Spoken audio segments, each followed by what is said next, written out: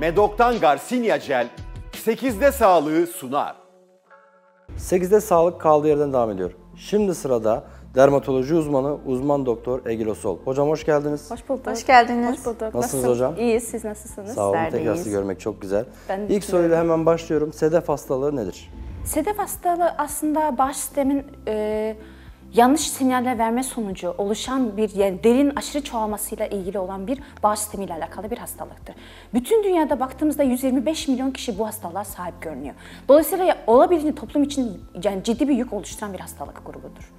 Peki bulaşıcı mıdır? Hani çok kişide görüyoruz ama. Evet, sedef hastalığı hani iyi bir şey ki bulaşıcı değil. Çünkü çok ciddi miktarda bu hastalarda var zaten. Bir de şöyle özellikle genetik olarak yatkın olan kişilerde bu sedef hastalığı ne yapıyor? Ortaya çıkıyor. Ve iyi ki de yani 100 kişide %75'i bu çok hafif seyreder bu hastalık. Dolayısıyla hani bulaşıcı olmadığı için ama şöyle bir şey toplumda bizim kişilerimiz çok fazla bunu bilmediği için hani herhangi bir sedef lezyonları ellerde, kollarda, tırnaklarda gördüğünde hani ciddi anlamda kişiyi dışlayabiliyorlar. Bu yüzden hani psikolojik yükü de çok ağır bir hastalıktır bu. Hocam vitiligo dediğimiz hastalık değil mi? Aynı Yok, hastalık bu sedef hastalığı aslında tıbbi adı psoriasis olan, bu hani balık şeklinde pullanlarda seyreden sedef legesi psoriasis dediğimiz o hastalık. Peki neden oluşur? Bunun nedeni şöyle, otoimmünite söz konusu. Böyle az önce anlatmıştım. Hani böyle genetik olarak yatkın olan kişilerde işte herhangi bir takım şeyler ortaya çıktığında, mesela örnek veriyorum, kişi bir sedef hastalığını ortaya çıkaracak ilaçlar kullanıyor olabilir. Bazen işte psikolojik tedavisinde kullanılan, işte bipolar tedavisinde kullanılan lityum tedavisi alan hastalarda ya da işte teminafin grubu mantar ilacı kullanan kişilerde mesela bunlar ne yapabilir? Ortaya çıkabilir. Kimlerde görülür peki? Şöyle bir şey, genel olarak bir cinsiyet ayırt etmez. Bütün dünyada herkes de işte erkeklerde, kadınlarda eşit sıklıkta görülüyor diyebiliriz. Ama hani bazı yaşlarda bu özellikle selektif olarak daha çok bulunuyor. Mesela örnek veriyorum 15-25 yaş arasında pik yapıyor. İkinci pikinde işte 55-65 yaş arasında pik yapmak gibi, hani yaşam boyunca iki defa pik yapan öyle bir hastalık. Peki hocam belirtileri nelerdir? Yani biz bu sedef hastalığını gördüğümüzde nasıl anlarız ya da bir başlangıcı var mıdır?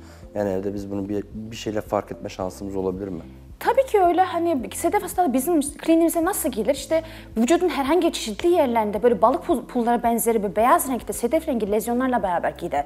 Özellikle diz, dirsek daha çok ağırlıklı olan tutulan yerlerdir. Nadiren işte gövde, ön yüzle, bazen işte dudaklar çevresinde, saçlı deride, bazen kulak içlerinde gibi çeşitli yerlerde olabilen şey. Biz o lezyonları gördüğümüzde evet %99 ihtimal zaten sedef tanısını koyabiliyoruz zaten. Yani sedefin tanısı klinik olarak görülür. Dolayısıyla kişide işte herhangi bir bilinmeyen herhangi bir yerinde, herhangi bir zamanda ortaya çıkan beyaz renkte sedef benzeri lezyonlar varsa zaten büyük ihtimal bunlar sedef hastalığıdır. Teşhisi nasıl diye soracaktım ama anlattınız. Şöyle bir şey, teşhisi şöyle kısaca değinmek isterim. Teşhiste şöyle bir şey var. Biz evet bunun tanısını koyduk ama bazen bu hastalarla çok ciddi karışan durumlar var. Mesela egzamaları biz bazen bu hastalarla karıştırabiliriz. Ya da bazen çok uzun zamandır olan bir mantar hastalığı vardır. Onu biz bununla karıştırabiliriz. Bir de bazen çok iyi ki de nadir görülür. Mesela derin T hücreli lenfoması, parapsorias ya da psoriasis form dediğimiz o tarz lezyonlardan, lenfomalarda biz bunu çok karıştırabildiğimiz için bazen bu hastaların ayrıcı tanısı için sedef lezyonlarına biyopsi alarak patolojiye gönderdikten sonra bunun kesin tanısını koyabiliyoruz. Nasıl tedavi ediyoruz hocam? Şimdi sedef hastalarının birçok tedavisi mümkün. Bizim için olmazsa olmazı aslında nedir? Sedef tedavisinde kişi günlük yaşantıda cildinizi hiçbir şekilde tahrişe uğratmamak. Özellikle bizim sedef lezyonlarımızda zaten biliyorsunuz özellikle tahrişe meyilli olan yüzlerde, işte diz, dirsek gibi, yani travmaya daha sık maruz kalan bölgelerde daha fazla oluşuyor. Tabii ki sedefin özel formları var. Özel formlarda ne yapıyor? Genital bölgeyi tutan inverse sedef formları var. Onlarda da bir takım bir travma söz konusu olduğu için cildimizi birincisi olabildiğince korumamız gerekiyor. İkincisi insan cildi sürekli anlatıyorum, insan cildi ayda bir, yerinleri ayda bir yenilenir. Dolayısıyla bir ay önce sürdüğün kremin bir ay sonra hiçbir faydası kalmıyor. Bu yüzden yeni bir kreminizi mutlaka tedavisi sürekli almaya devam etmemiz gerekiyor. Bir de ayrıca sedef zaten kronik, otoimmün bir hastalık olduğu için biz belli zamanda bu hastalıklarla beraber mücadele ettik. Sonra kayboluyor ve psoriasis hastalığında ne yapıyor? Bunun remisyon süreci 1 ile 30 yıl arasındadır. Yani ne demek istiyorum? Bir kişi de bu lezyon çıktıktan sonra 1 yıl sonra kaybolabilir ve 30 yıl sonra çıkabilir. Ya da bir kişi de bir lezyon kaybolması 30 yıl boyunca devam edebilir demek. Yani dolayısıyla kişiden kişiye seyri de değiştirdiği için ne yapıyor? Kişi günlük hayatta derisini iyi koruduğu sürece, nemlendiricisini iyi kullandığı sürece, aşırı güneş ışınlarına maruz kalmadığı sürece, uygun beslendiği sürece, beslenmelerine dikkat ettiği sürece, antioksidanla zengin beslendiği sürece ne yapar? Sedefli hastalarına çok gayet rahat bir şekilde bunu idame ettirebilir hayatını, konforlu bir şekilde. Peki beslenme ile ilişkili ilişkisini biraz daha açabilir miyiz? Ona uygun nasıl beslenilebilir? Tetikleyen gıdalar var mıdır? Evet, tetikleyen gıdalar tabii ki hani şöyle bir şey. Şimdiye kadar sedefte kesin evet bunu yediğinde yani tetikleyici oluyor. Sen bunu yerse sedef olursun. Öyle bir şey maalesef yok. Çünkü az önce konumun da başında da anlattığım gibi bu bir genetik yatkınlığı söz konusu olan kişilerde olan bir şey bu. Mesela benim genetik bir yatkınlığım yok. Ben gidip de ne yapabilirim? İşte turşu acayip fazla turşu yiyorum. Bana bir şey olmaz. Ama genetik yatkınlığı olan kişilerde ben turşu yediğimde benim lezyonlarımı alevlendiriyorsa bunu işte ne yapalım? O diyetten uzak durun diyoruz. Ama bunun şartında bilinen en önemli şey şu. Bu sedef hastalığı olan sadece bir deri hastalığı değildir. Vücutta genel bir inflamasyona bağlı olan hastalık olduğu için ne yapıyor? Sedef hastalığı olanlarda metabolik sendrom zaman içinde gelişebiliyor. Bu yüzden metabolik sendromdan korunmak için kişi kilo alımına dikkat etmesi lazım. Özellikle göbek çevresinde kilo almamaya çalışması lazım. Doğru bir şekilde, çok düzgün bir şekilde sağlıklı beslenmesi lazım. Ciddi alkol ve sigara kullanıyorsa onları da zaten azaltmak lazım ve cildi her zaman korumak lazım.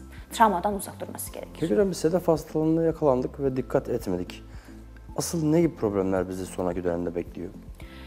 Az önce kısaca değindiğim gibi evet ben bu sedef hastalığına hiçbir şekilde hani tedavi etmiyorum, şey yapmıyorum. Ben lezyonlarımla beraber hangi uzun süre organlar şey etkilenebilir diyebilir miyiz? Nasıl yani? Metabolik sendromu biraz açıkladınız ama hangi organlar daha çok etkilenir? Bizim daha çok böyle kardiyovasküler sistemimiz yani yani bu sedef hastalığı bir karaciğerden ya da işte akciğerden orada buradan gelen bir hastalık değildir. İnflamasyon artı deri bulgularla giden bir hastalıktır. Dolayısıyla biz daha çok ağırlıklı olarak ne yapıyoruz? Diyabet riskini görebiliyoruz ve bu hastalık obeziteyle doğrudan ilişkili bir hastalık. Dolayısıyla ben işte kişi kendi şeyimi kontrol etmiyor. Günlük yaşama hani düzgün davranmıyorum. İşte ne olur? Şeker hastalığım var, tansiyonum var dediğimde zaten sedef hastalığı ortaya çıkıyorsa zaten bu kişi daha şiddetli seyredecek, daha uzun süre seyredecek ve yaşam kalitesi baya bir düşmüş olacak bu kişilerde. Evet. Peki hocam, sadece tedavisi kremlerle mi oluyor yoksa ekstra tedavi uygulayabiliyor muyuz? Tabii ki öyle. Şimdi biz az önce anlattığım gibi sedef hastalığının %75'i hafif seyreder. Şimdi bazı hastalarda ne yapıyor? Bizim bütün sedef hastaların %10'unda 20'sinde psoriatik artrit gelişir. Yani bu ne? Bir sedefe bağlı olan bir eklem romatizmasıdır. Öyle bir ön planda olduğu durumlarda biz metotrexat gibi, işte iğne tedavisi gibi, hap tedavisi gibi birçok ilaçları kullanabiliyoruz. Ama hap tedavisine geçmeden önce kişinin işte durumuna bakarak, işte lezyonun yerleşim yerlerine bakarak, işte hangi alanda daha çok fazla görülüyor gibi durumlarda biz ne yapıyoruz? Bazen fototerapi dediğimiz ultraviyole ışık tedavisi verebiliyoruz. Şimdi burada ışık tedavisini açmak istiyor. Işın değildir, ışık tedavisidir. Çoğu hasta mesela ben size işte ışık tedavisi başlayayım dediğimde bizim normal radyoterapi ışın tedavisiyle karıştırıyor ve bu tedaviyi çok almak istemeyen hastalarımız oluyor. Bu yüzden bu aslında bir ışın tedavisi değildir. Bu bir ışık tedavisi. Dolayısıyla gebe hastalarda biz daha çok fototerapi dediğimiz bu ışık tedavisini önerebiliyoruz. Buna rağmen dirençli olan hastalarda dediğim gibi iğne tedavisi var. Metotrexat gibi, seklosporin gibi, bazen biyolojik ajanlar gibi bu tedavilerde hani gayet uygun bir şekilde yapabiliyoruz. Gebelikte artıyor mu hocam? Gebelikte şöyle bir şey, sedef hastalığı şöyle bir durumda, gebelik genellikle %30 artar, %30 sabit seyreder deriz. Dolayısıyla bizim çoğu ilaçlar maalesef gebelikte kullanılamadığı için genellikle biz hastalarda krem tedavilerde idame etmeye çalışırız. Son zamanlarda biyolojik ajanlarımızda gebelerde de mecbur kaldığımızda kullandığımız tedaviler tabii ki var. Onları kullandığımızda tabii ki yarar zarar oranına bakarak gebelerde biz verebiliyoruz. Dolayısıyla kremde olsa bile, herhangi bir tedavide olsa bile kişi şöyle yapabiliyor. Gebe hastalarımızın çoğu yaptı hatta bu. Yani bu bende yıllardır var. Nasılsa geçmeyecek. Gebelikte işte istediğim kremi kullanırım. Ama bunları kullanamıyorsunuz. Dolayısıyla mutlaka bir gebe hasta, sedef hastalığı varsa ve gebelik döneminde aktifleşiyorsa mutlaka kullanacağı ilacı dermatoloji uzmanına sorması lazım. Çünkü bazı ilaçlar gebelikte kullanılması uygun olmayan ilaçlar var. Krem tedavisi bile olsa bile. Peki hocam, gebelikle beraber biraz konuştuk ama evet. Genetik yatkınlığı var mı sedef hastalığının? Sedef hastalığının genetik yatkınlığı var. Şimdi normal şartlarda sedef hastalığında ne oluyor? İnsan cildi ayda bir yenileniyor ya. Bu kişilerde otoimmüniteden dolayı hızlı çoğalma sinyali yanlış olarak verilmiş oluyor. Örnek veriyorum, herhangi bir böcek ısırığından sonra, örnek veriyorum herhangi bir yanlış beslenmeden sonra o genetik yatkınlığı var diyen kişilerde ne yapıyor? Bu trigger aktifleştiriyor ve ondan sonra cilt çok hızlı bir şekilde çoğalıyor. Benim cildim normal kişilerde ne yapıyor? Yani 30 günde bir değişmesi gerekir. Bu hastada 7-8 günde bir değişiyor bu deri. Ve yeni üretilen bu deri tam zamanda atılamadığı için sürekli artan bir kepek görüntüsünün nedeni zaten hızlı çoğalan derinin atılamaması sonucudur. Çok teşekkürler hocam. Çok teşekkür ediyoruz. Çok Ağzına sağlık. 8'de Sağlık'ta bugün değerli doktorumuz, dermatoloji uzman doktor Egil Osol ile sedef hastalığı ile ilgili çok keyifli bir sohbet gerçekleştirdik. 8'de Sağlık tüm hızıyla devam ediyor. Medok'tan Garcinia Jel 8'de sağlığı sundu.